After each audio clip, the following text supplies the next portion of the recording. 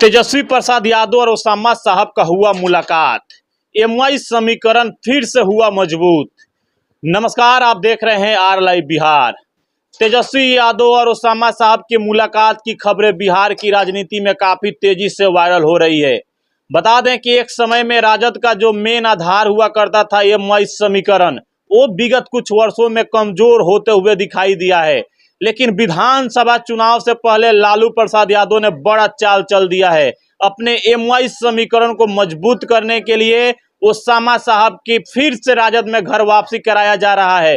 बता दें कि हिना साहब जो निर्दलीय चुनाव लड़ी थी लोकसभा चुनाव में, राजद से मनमुटाव था, लंबे समय से मनमुटाव देखने को मिल रहा था।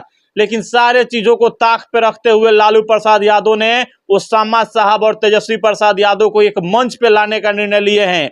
और यही कारण है कि ओसामा साहब और तेजस्वी प्रसाद यादव की मुलाकात तेजस्वी प्रसाद यादव के निवास स्थान पे हुई है। और इस मुलाकात की खबरें बिहार की राजनीति में काफी तेजी से अपना पांव पसार रही है और इसका असर भी देखने को साफ मिलने लगा है। बता दें कि जो अल्पसंख्यक समाज है वो कहीं ना कहीं हिना साहब के साथ मजबूती से दिखाई देता है। और लोकसभा चुनाव में कहीं ना कहीं एमवाई समीकरण जो कमजोर हुआ था उसका वजह हिना साहब को निर्दलीय चुनाव लड़ने का जो अपना जो विचार था वही बताया जा रहा था कि हिना साहब निर्दलीय चुनाव लड़ी है, इसीलिए कहीं ना कहीं एमवाई समीकरण कमजोर हुआ है। लेकिन उसको मजबूत करने के लिए लालू प्रसाद यादव ने बहुत बड़ा खेला कर दिया है बिहार में। और ओसामा साहब का राजद में वापसी हो रहा है और उसके बाद तेजस्वी यादव और ओसामा साहब एक मंच पे दिखाई दे सकते हैं।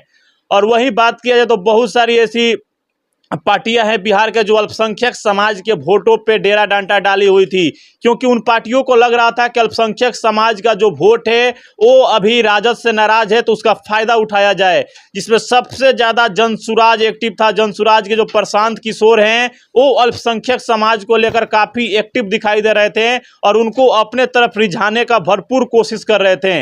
लेकिन कहीं ना कहीं जब ओसामा साहब का सीधा मुलाकात तेजस्वी प्रसाद यादव से हुआ है तो कहीं ना कहीं उस जनसुराज का जो सपना है, प्रशांत किशोर का जो अल्पसंख्यक समाज के वोट में सेंध मारने का जो सपना है वो कहीं ना कहीं सपना अब सपना ही रह जाएगा। क्योंकि अल्पसंख्यक समाज का बड़ा तबका ओसामा साहब और हिना साहब के साथ आज भी खड़ा है। और अगर ये दोनों एक साथ एक मंच पे आते हैं, तेजस्वी प्रसाद यादव और ओसामा साहब एक मंच पे दिखाई दे देते हैं तो फिर से निश्चित ही एमवाई समीकरण काफी मजबूत होगा और इसका फायदा राजद को विधानसभा चुनाव में मिलेगा। तो ओसामा साहब और तेजस्वी प्रसाद यादव के मुलाकात के दौरान सबसे खास बात यह रहा कि उस दौरान सिवान सदर के विधायक अवध बिहारी चौधरी भी वहां मौजूद थे। यानी अवध बिहारी चौधरी भी वहां उपस्थित थे और उनके उपस्थिति में ही तेजस्वी प्रसाद यादव और ओसामा साहब का घंटों बातचीत चला है। तो कहीं ना कहीं अवध बिहारी चौधरी और हिना साहब के बीच कुछ अनबन था। अब उस अनबन को दूर करने का निर्णय ले लिया गया है दोनों परिवार द्वारा और सब कुछ भूलकर अब फिर से राजद में घर वापसी होने जा रहा है साहब परिवार का, हिना साहब ओसामा साहब का। और विधानसभा चुनाव से पहले कहीं ना कहीं तेजस्वी प्रसाद यादव और लालू यादव ने बड़ा गेम कर दिया है बिहार में। 10 सितंबर से तेजस्वी प्रसाद यादव अपने आभार यात्रा के तहत पूरे बिहार का भ्रमण पर निकलने वाले हैं और इनका वो आभार यात्रा समस्तीपुर से शुरू होगा। कहीं हो सकता है कि इस आभार यात्रा के दौरान ओसामा साहब तेजस्वी प्रसाद यादव के मंच पे दिखाई भी दे सकते हैं। अगर मंच पे दिखाई देते हैं तो निश्चित ही इसका एक बड़ा संदेश पूरे बिहार में जाएगा, क्योंकि दोनों नौजवान हैं और नया सोच है और नया एक समीकरण, फिर से एक नया समीकरण जो वही समीकरण पहले आधार था राजद का जो विगत कुछ वर्षों से कमजोर हुआ था, फिर से वो समीकरण एक मजबूत होगा जो राजद के लिए विधानसभा चुनाव में मील का पत्थर साबित हो सकता है।